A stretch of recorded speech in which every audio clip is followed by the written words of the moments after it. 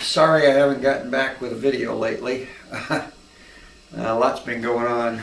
We've been having some pretty bad weather here. What do you want? My dog always has to be in my videos, as you know from my other channel. Okay, get down. Talking to you today about gas prices. This kind of thing is really starting to piss me off. You know, a few years back, everybody was blaming the Bush administration because gas got up to near $4 a gallon, over $4 in some places. And it was all George Bush's ties to Texas oil and to, you know, the government's in bed with Saudi Arabia and everything, driving the oil prices up.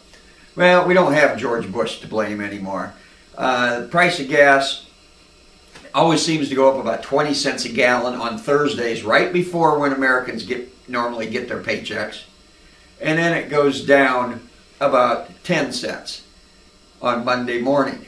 Well, then we're supposed to be eternally grateful to the oil companies for having done this. You know, drop the price of gas a dime. Well, it went up 20 cents the week before. It goes down 10 cents, and then the following week it goes up another 20 cents, again right before everybody gets their paycheck. I think, number one, I think the oil companies think that all Americans are ignorant. We're not ignorant. We understand that you're cheating us. We understand that you're jeopardizing, you know, I forgot the term. Oh, a monopoly over the price of gasoline in this country. You know, years ago in the 60s and 70s, this was illegal. It was called price fixing. And there would be steps that could be taken to stop it. And I think right now it should be stopped. Gas went up about almost 40 cents a gallon here in the last couple of weeks. And the main reason it went up, according to the news and everybody I talked to, was because of the unrest in Libya. Well, first of all, we get less than 2% of our oil reserves from the country of Libya. And even if we did get more than that, what does that have to do with the price of the gasoline that's already been made, produced, and is in the ground underneath the gas stations? They buy it for a really cheap amount, then they blame some Arab farting in the desert over in the Middle East for raising the price up when they purchased it at a lot lesser price before. So they're scalping us. One of these days, you know, you always hear, you know, of service stations, gas stations, and convenience stations getting held up, you know, for money and for cigarettes and that sort of thing. One of these days, there's going to be a caravan of minivans driven by soccer moms. They are going to all pull into the gas station at the same time. One of the lead moms is going to walk in with a gun, hold up that station, and make that teller, station attendant, turn on every pump. All of the soccer moms are going to fill up their tanks and they're going to drive away. When you think about it, you take 20 minivans doing this, you're talking probably $1,000 worth of gasoline. That's a pretty good take. So it's going to happen in this country because the oil companies have lied to us and screwed us for so long, and so has the government.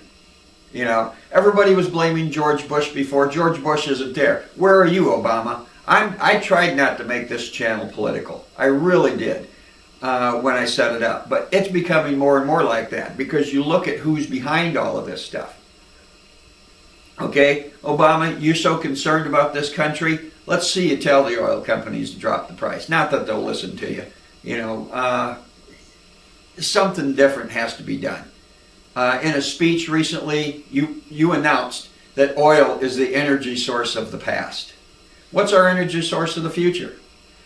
You know, you can't cut oil off without something else already being in place. This is too big of a country to just say, okay, no more oil, and we're going to go ahead and start with this other thing eventually once we got it perfected.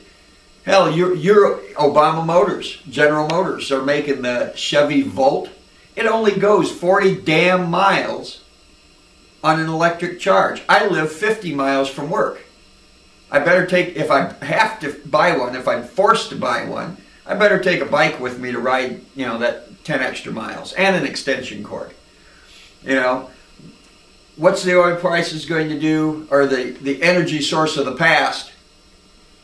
You know, what's our energy source for the future for semi-trucks? Truck drivers move this country. They keep this country alive. I haven't seen an electric truck or a solar-powered truck come off an assembly line anywhere. You know, how many passenger jet is American Airlines or United Airlines going to start flying electric jets? You're going to need an awful long extension cord for that too. And what's going to happen when they get up there and they're 40 miles away and all of a sudden their energy stops when they're 20,000 feet up? You know, before you open your big mouth, Obama, try to think about what the alternatives are. All you're doing is campaign speeching over and over again about the future. You got to deal with the present. And we have to deal with the present. Right now, you know, I'm struggling to pay for gasoline just to get to work. I have no extra money for gas during the week to go anywhere else. You know, again, I apologize. I tried to not make this a political channel, but anymore, somebody in this government has got to step up to the plate and fight for the people. All they're doing is giving lip service. And you got guys in Washington saying, oh, it's all big business, it's all big banks. But they're taking contributions from the big business and big banks, and that includes the oil companies. Let's see some people really come down on them hard. Okay? Otherwise, that deal that I just described with the soccer moms really is going to happen. And I'll laugh about it when it does. I'll be all pro soccer mom at that point.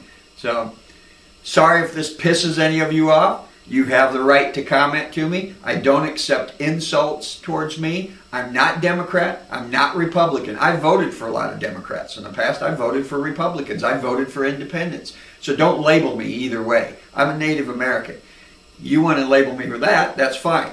But leave your comment below. Don't insult me. I want to hear what you have to say about it. And if you've got a solution for it, I'd love to hear that. So this is not a channel for insults. This is a channel for action and for some ideas. And if you agree with me, fine. If you don't, fine too. So I'll talk to you later.